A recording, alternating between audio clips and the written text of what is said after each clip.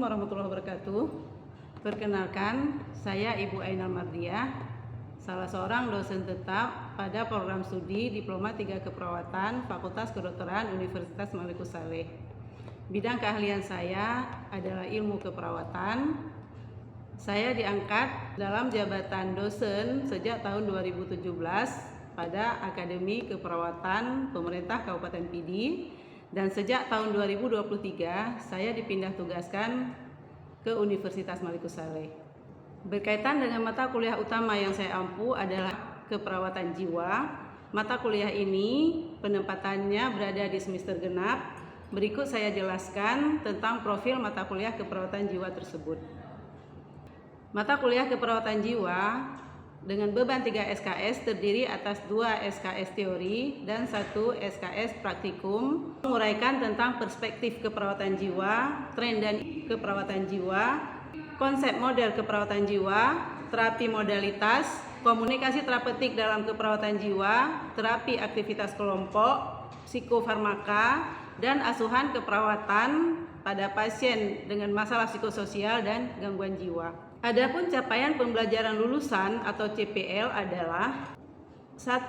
Mampu memahami ilmu keperawatan untuk melakukan asuhan keperawatan secara profesional dengan menggunakan pendekatan proses keperawatan. 2. Mampu melakukan komunikasi terapeutik dan menguasai keterampilan dasar keperawatan untuk melakukan asuhan keperawatan kepada klien melalui kerja tim. 3. Mampu memberikan pendidikan kesehatan dalam asuhan keperawatan dengan mengembangkan keterampilan komunikasi dan memanfaatkan informasi ilmiah.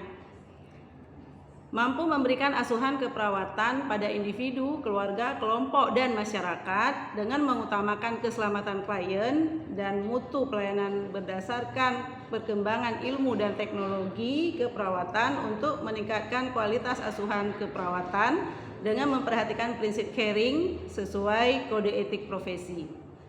Sedangkan capaian pembelajaran mata kuliah atau CPMK-nya adalah setelah menyelesaikan mata kuliah ini, diharapkan mahasiswa mampu 1. Memahami konsep dasar keperawatan jiwa, 2. Mengenal model konseptual keperawatan jiwa, 3. Memahami teori modalitas dalam asuhan keperawatan jiwa, 4. Menerapkan komunikasi terapeutik dalam keperawatan jiwa, 5. Menguasai konsep terapi aktivitas kelompok dalam asuhan keperawatan jiwa, 6. Memahami konsep psikofarmaka, 7. Menerapkan asuhan keperawatan pada pasien dengan masalah psikososial, 8. Menerapkan asuhan keperawatan pada pasien dengan gangguan jiwa. Alokasi waktu dan pertemuan efektif dalam mata kuliah ini adalah 16 kali pertemuan termasuk UTS dan UAS dengan waktu 100 menit teori dan 170 menit praktikum per minggu. Berkaitan dengan metode delivery, interaction, dan assessment adalah delivery, metode pembelajaran atau penyampaian materi dilakukan dengan ceramah dan tanya jawab, diskusi kelompok, dan praktikum di laboratorium. Ceramah dan tanya jawab secara verbal yang berfokus pada slide materi yang disampaikan di kelas dan diselingi dengan pertanyaan kepada mahasiswa agar mahasiswa terfokus. Diskusi kelompok dilakukan secara terjadwal dan situasional berkaitan dengan topik yang relevan. Pemberian kasus simulasi juga dilakukan dalam mata kuliah ini sehingga mahasiswa mendapatkan diskusi yang mendalam tentang kasus yang berkaitan dalam mata kuliah ini dan praktikum di laboratorium sesuai standar operasional prosedur. Dalam proses interaction di kelas dilakukan tanya jawab relevan dan bersifat dua arah. Untuk kegiatan tertentu yang menjadi kebutuhan mahasiswa dalam proses interaksi juga disediakan grup WA, link G Drive dalam pengumpulan tugas sehingga interaksi dapat berlangsung secara baik dan komunikatif antara mahasiswa dengan dosen. Dalam awal pembelajaran juga dilakukan kontrak mata kuliah sebagai kesepakatan dua pihak. Asesmen terhadap kemampuan mahasiswa dilakukan melalui penilaian kemampuan yang dimiliki. Penilaian dilakukan melalui tes tertulis yaitu UTS dan UAS, kemampuan terhadap tugas individu dan kelompok, ujian praktik, Adapun indikator penilaian tersebut, yang pertama, aktivitas partisipatif dengan komponen evaluasi soft skill itu 10%. Yang kedua, kognitif, komponen evaluasi tugas itu 15%. Psikomotor melalui praktikum 25%. Kognitif melalui UTS 20%. Kognitif melalui UAS 30%. Total penilaian 100%. Penilaian ini nantinya dikumulatifkan dan diberikan nilai dalam bentuk huruf setelah dikonversi sesuai dengan ketentuan yang berlaku di Universitas Maliku Saleh. Berikut video singkat pembelajaran yang saya lakukan dalam mata kuliah ini, yaitu pertemuan yang keempat. Assalamualaikum warahmatullahi wabarakatuh. Waalaikumsalam warahmatullahi wabarakatuh. Alhamdulillah, puji berserta syukur sama-sama kita panjatkan kehadiran Allah Subhanahu wa taala. Hari ini kita bertemu lagi dalam mata kuliah keperawatan jiwa pertemuan keempat dengan materi komunikasi terapeutik dalam keperawatan jiwa. Baik, bagaimana perasaannya hari ini? Alhamdulillah. Alhamdulillah. Sebelumnya pertemuan yang lalu kita sudah kuliah tentang, masih ingat tentang apa?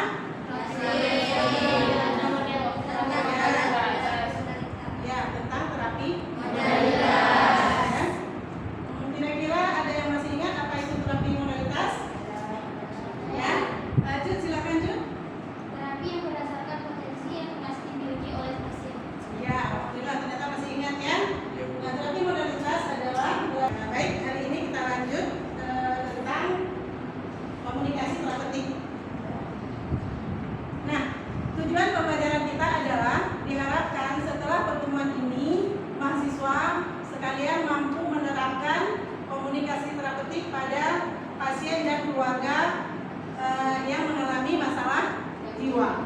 Tujuan khususnya adalah mahasiswa mampu menunjukkan sikap yang sesuai dalam berkomunikasi, kemudian mahasiswa mampu melakukan tahapan yang benar dalam berkomunikasi, kemudian mampu melakukan teknik komunikasi terapeutik dengan benar, kemudian mampu menerapkan komunikasi terapeutik dalam pelaksanaan asuhan keperawatan dalam fasilitasi dalam SP, ya, atau strategi pelaksanaan tindakan keperawatan.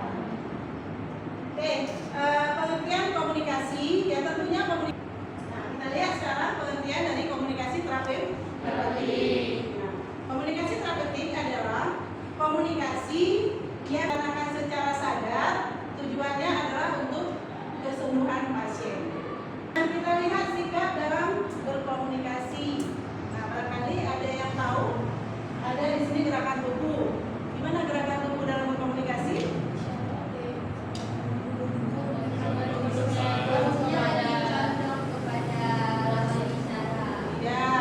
Lebih condong kepada lawan bicara. Kemudian tidak seperti ini, tidak memasukkan tangan ke saku atau ke kantong sehingga terkesan kita itu sombong, ya. Kemudian tidak menghilangkan kaki atau tidak menghilangkan tangan. Kemudian ada jarak dalam berkomunikasi. Ya, tentu adalah jarak terapeutik itu kalau kita berkomunikasi dengan individu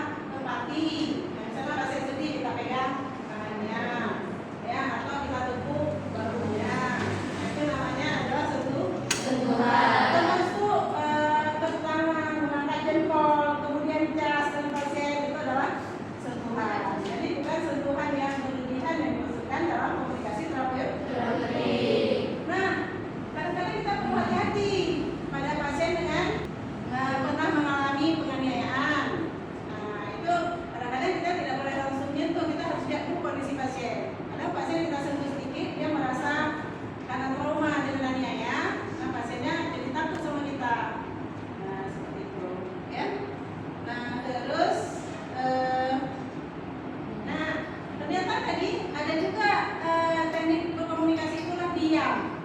Nah, kapan kita diam? Ya, saat klien berbicara ya kita diam. Ya, tentu kita mendengar aktif. Nah, kemudian satu lagi saat kalau pasien sedang memikirkan jawaban. Nah, jadi jangan kita tanya terus curut tanya. Pasiennya nggak diberi kesempatan untuk memikirkan jawaban.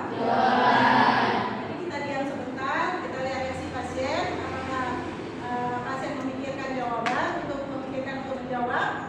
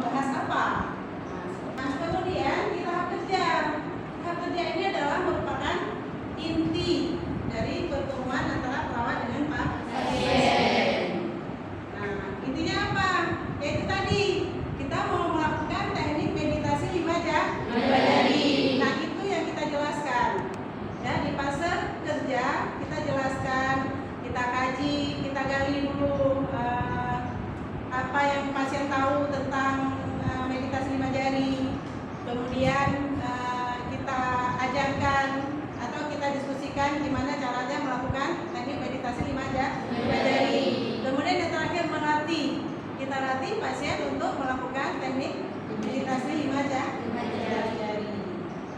setelah kita latih, pasien akan mengulang, kemudian kita masukkan dalam jadwal kegiatan hari. Nah, jadi fase kerja adalah sampai dengan memasukkan kegiatan dalam jadwal kegiatan hari. Dan terus ada namanya fase terminasi. Nah, biasanya apa yang kita lakukan di fase terminasi? Nah, di fase terminasi tentu yang pertama adalah mengevaluasi. Nah, sebelumnya perlu diingat bahwa terminasi itu ada 2 jenis, ya. Nah, ada namanya terminasi sementara, ada namanya terminasi akhir. Terminasi sementara itu adalah hari ini kita terminasi, besok kita ketemu lagi. Hari ini kita terminasi, minggu depan kita ketemu lagi. Nah, artinya terminasi besok ada lagi pertemuan. Kalau terminasi akhir adalah itu udah terakhir. Misalnya nih, kalian nanti pada rumah sakit. Nah, hari ini terakhir dinas di ruang jiwa, di bagian jiwa. Nah, kalau hari ini terakhir dinas di ruang jiwa, berarti hari ini adalah terminasi akhir. Karena besok akan ketemu lagi dengan pasien tersebut. Atau kita nggak dinas lagi di situ, kita udah pindah dinas ke ruang apa? Atau pasiennya pulang. Nah, jadi kalau pasiennya pulang, berarti kita melakukan terminasi akhir. Yang kita lakukan di evaluasi sementara adalah sama sebenarnya. Yang pertama evaluasi. Evaluasi itu ada 2. Ada namanya evaluasi subjektif, ada namanya evaluasi objektif. Evaluasi subjektif itu adalah yang kita nilai, yang kita evaluasi apa? Perasaan pasien. Nah, evaluasi objektif ya terkait dengan apa yang kita ajarkan tadi. Ya, kita tanya ulang ke pasien. Nah, ibu masih ingat nggak tadi apa manfaat meditasi 5 jari? Nah, biarpun yang dijawab pasien itu dia jawab dengan kata-kata, tapi tetap objektif karena kita bisa menilai apakah pasien mengerti atau tidak. Nah, atau bisa juga kita minta pasien mengulang kembali. Coba ibu ulang kembali cara meditasi 5 jari. Kemudian pasien melakukan. Terus tindak lanjut. Nah, setelah evaluasi tentu kita berikan tindak lanjut. Tindak lanjut itu adalah PR buat pasien. PR. Apa PR-nya? Kita menganjurkan pasien untuk melakukan teknik meditasi 5 jari itu berapa kali sehari sesuai dengan jadwal yang sudah kita buat. Paham sampai di sini? Ya. Oke, kita lanjut. Kontrak yang akan datang. Nah, kontrak yang akan datang apa isinya? Ada WTT. Gampang diingat. WTT.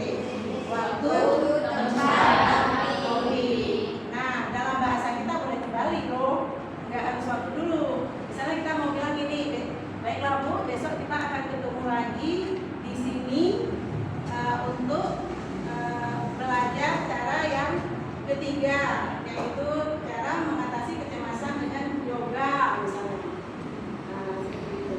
Nah, jadi di sana udah ada waktu besok jam berapa, besok jam 10 misalnya. Kemudian tempatnya di sini, topiknya adalah yoga, ya, dengan relaksasi dengan yoga misalnya. Nah, itu adalah kontrak yang akan datang. Nah, pada terminasi akhir sama, evaluasi sama, cuma yang kita evaluasi itu lebih luas. Ya, bukan hanya hasil evaluasi hari ini. Jadi kita tanya gimana perasaan ibu sudah sering ketemu saya selama seminggu ini. Nah, gitu. Kemudian kita evaluasi hasil tindakan kita juga selama seminggu, selama ketemu dengan Pak pasien, apakah seminggu, apakah sebulan, apakah 3 bulan. Nah, misalnya semana banyaknya lamanya kita bertemu dengan Pak pasien. Nah, ini juga tindak lanjut. Tindak lanjut juga kita mengingatkan kembali jadwal yang sudah kita buat. Ya, mulai dari SP1 sampai dengan SP terakhir. Kalau ada satu masalah, kalau ada 2 masalah, mulai dari SP1 masalah 1 sampai evaluasi akhir masalah 1. Kemudian tambah lagi SP1 masalah 2 sampai SP terakhir masalah kedua. Kalau tidak masalah juga seperti itu.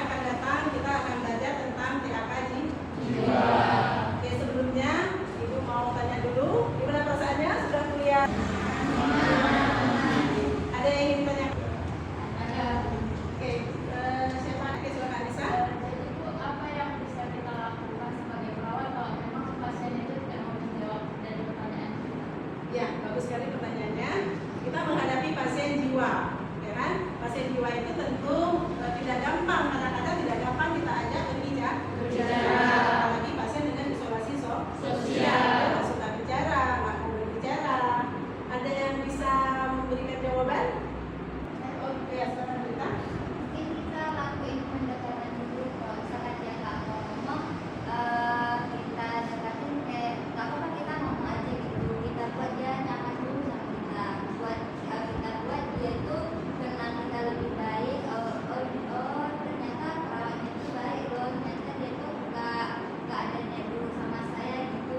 Pokoknya untuk pikiran si pasien ini baik terhadap kita. Itu kalau bisa kita ajak dia tentang komunikasi, walaupun dia nggak jawab ya udah nggak apa-apa.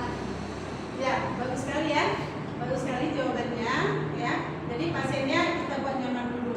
Nah, tekniknya adalah dengan cara yang pertama adalah kontrak sepihak. Nah, kontrak sepihak. Kemudian yang kedua adalah memenuhi kebutuhan dasar. Gimana sih kontrak sepihak? Nah, kontrak sepihak itu adalah kita kontrak aja biar pasiennya nggak jawab. Nah, jadi kita pasiennya kita udah datang nih, assalamualaikum, jawabnya salam. Nah, terus ibu perkenalkan, nama saya Ainal Mardia. Saya sebenarnya dipanggil Bu Ainal. Saya adalah perawat di ruang mawar ini yang akan merawat ibu selama ibu dirawat di sini. Boleh tahu nama ibu siapa? Pasiennya diam, nggak mau jawab, ya kan? Nah, terus kemudian kita tanya lagi, boleh ceritakan ke saya ada apa masalah ibu? Pasiennya diam. Atau kita tanya lagi, gimana perasaan ibu hari ini? Pasiennya diam, nggak mau jawab. Nah, kita kontrak sepihak. Baiklah ibu, mungkin hari ini ibu belum mau berbicara dengan saya, ya. Nah, tapi saya tetap akan menemani ibu di sini selama 30 menit. Nah, kalau ada yang ingin ibu sampaikan, silakan ibu sampaikan. Itu namanya kontrak sepihak. Nah, jadi itu kita tepati loh, 30 menit itu kita tepati. Kita duduk di depan pasien selama 30 menit. Tapi kita bukan duduk main HP loh. Tapi duduk adalah dengan memperhatikan respon pasien. Nah, respon itu adalah respon verbal dan respon non verbal. Nah, yang kedua tadi adalah memenuhi kebutuhan dasar. Kita lihat pasiennya, kukunya gimana, panjang misalnya. Nah, kita minta, ibu, saya lihat kukunya panjang, boleh saya potong bu? Nah, jadi kita ada, itu jangan dipaksa. Berarti pasien belum nyaman. Tapi kalau pasien kita lihat dia baja, kita potong. Setelah kita potong kita bilang, nah ibu udah cantik kan, kukunya udah bersih. Nah, kita kasih pujian. Nah, sehingga besok saat kita datang lagi, itu pasti mau ngomong biasanya, karena dia merasa bahwa kita itu baik, dia kata cerita tadi, ya kita baik, kita perhatian terhadap pasien. Ya, itu ya, bisa. Jadi intinya dua, kontrak sepihak dan memenuhi kebutuhan dasar. Satu lagi ibu akan tanya, Nurul Husna ada berapa tahap komunikasi terapetik? Apa aja? Orientasi, habis itu tahap kerja, kemudian ada terminasi. Ya, bagus sekali ya, betul ya. Ya, nanti intinya dibaca-baca ulang ya, isinya dibaca-baca ulang tentang tahapan-tahapan komunikasi terapetik. Insya Allah pertemuan ke depan, minggu depan, hari Selasa ya, jadwal kita ya, seperti hari ini. Selasa depan kita akan belajar tentang terapi aktivitas kelompok pada dalam kekuatan jiwa, pada bahasa jiwa.